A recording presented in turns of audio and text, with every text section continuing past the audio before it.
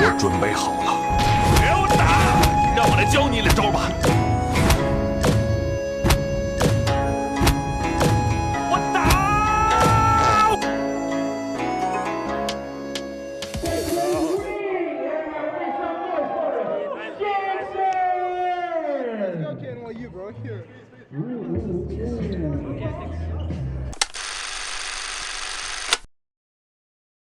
！All right, let's go. Come on, let's play some ping pong. All right, come on, first serve. First serve. That don't count. To be honest, Pete's ping pong skills really aren't anything to brag about. He can only play a few rounds with someone like me, who has never even held a table tennis racket before. But before we go any further, not every Chinese person can play table tennis. This is definitely a huge misunderstanding, especially nowadays. The number of young people who can play table tennis isn't greater than those who can do water ballet. Most people's skills are probably about the same as P's in the video. While we at it, there are two other myths on the same level. One, that every Chinese person knows Kung Fu, and two, that every Chinese person is a math genius. You will learn more about Chinese Kung Fu in the part about the Shaolin Temple.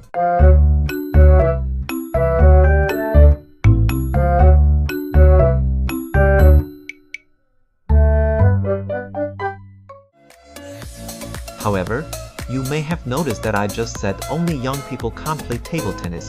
If you ever visit China and find a public ping pong table, just walk up to a group of older guys hanging around, ask them if they know how to play, and most likely they will say, "Oh, I can't play," while easily beating you. By the way, saying you are not good at something in an area where you are actually quite skilled is one of the important social etiquettes across East Asian culture. It's not fake modesty, it's ways considered genuine humility in our view. Let's get back to the topic of table tennis. You might wonder, why are the older folks in the parks so good, but the younger generation not so much? Here is the jaw-dropping story behind this amazing phenomenon. Let's rewind to 1971. When the 31st World Table Tennis Championships were held in Nagoya, Japan. At that time, China and the United States hadn't established diplomatic relations yet, and they were even hostile to each other because of the Cold War. Then a chance event that changed history occurred. Glenn Cowan, a member of the US table tennis team, accidentally got on the bus of the Chinese team. In an awkward moment, Chinese athlete Zhuang Zedong took the initiative to talk to him and gave him a piece of Hangzhou brocade as a gift, and said, although the US government isn't friendly to China, the American people are friends of the Chinese people. They'll show his goodwill. Cowan gave Zhuang Zedong a sports shirt with a peace symbol and the Beatles lyrics, "Let It Be" on it. This heartwarming gesture was captured by the journalists present, and it made the front page of global media the next day. President Nixon, at that time, keenly caught this friendly signal and immediately approved the US table tennis team's visit to China. In April 1971, 15 American players became the first group of Americans allowed into mainland China in decades. They received a hero's welcome. The New York Times even ran a headline saying, "The little ball that moves the big ball."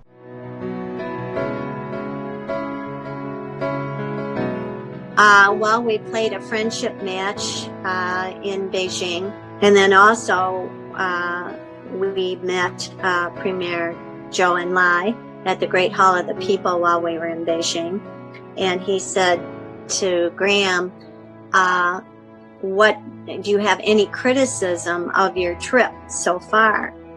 And he said yes, and the whole audience fell silent, and we thought, "Oh no, what is he gonna say?" And he said, "You feed us too much." You might find it hard to believe that the slogan of the tournament, "Friendship first, competition second," is still the first principle in almost all our sports events today. The day after the competition, Nixon announced 5 important measures to lift restrictions on China. These measures included issuing visas, relaxing currency controls, removing supply and export restrictions, and ending the 20-year trade embargo on China. Henry Kissinger, the US Secretary of State at that time, secretly visited China in July of the same year, paving the way for President Nixon's visit to China. Henry Kissinger, the US Secretary of State at that time, secretly visited China in July of the same year, paving the way for President Nixon's visit to China later. Since then, Kissinger has visited China more than 100 times in his life, laying a solid foundation for China-US friendship. Since then, Kissinger has visited China more than 100 times in his life, laying a solid foundation for China-US friendship. Even in today's junior high school history textbooks, we still call Kissinger an old friend of the Chinese people. In February 1972, Nixon, accompanied by Kissinger, finally set foot on Chinese soil. They signed the Shanghai Communique, officially kicking off the normalization of US-China relations. Although both countries have put in a lot of effort behind the scenes for the establishment of diplomatic relations in the eyes of ordinary people, all of this started because of table tennis. Therefore, table tennis is no longer just a simple sport, but a kind of magic that turns enemies into friends. That is why people felt an unusual closeness to the sport. For a while, it was basically a national obsession, just like how popular American football is in the United States. He has had the courage to effect a sweeping change in our foreign policy. A change that will lead to the settling of our differences through negotiation, not confrontation.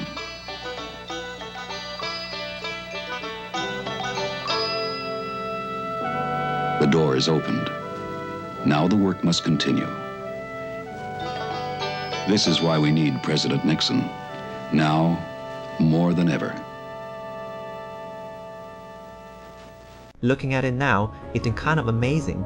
If the leaders of the two major countries during the Cold War could go from being hostile to peaceful because of a small ball, then in today's world, where the consensus on peace is more common, what reason do we have to hate and oppose each other?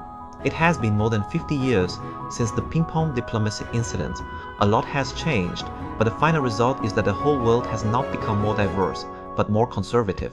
The political elite during the Cold War still loved to emphasize the differences between East and West. The Berlin Wall may have fallen, but in many ways it is still standing, just in a different form. But here is the thing.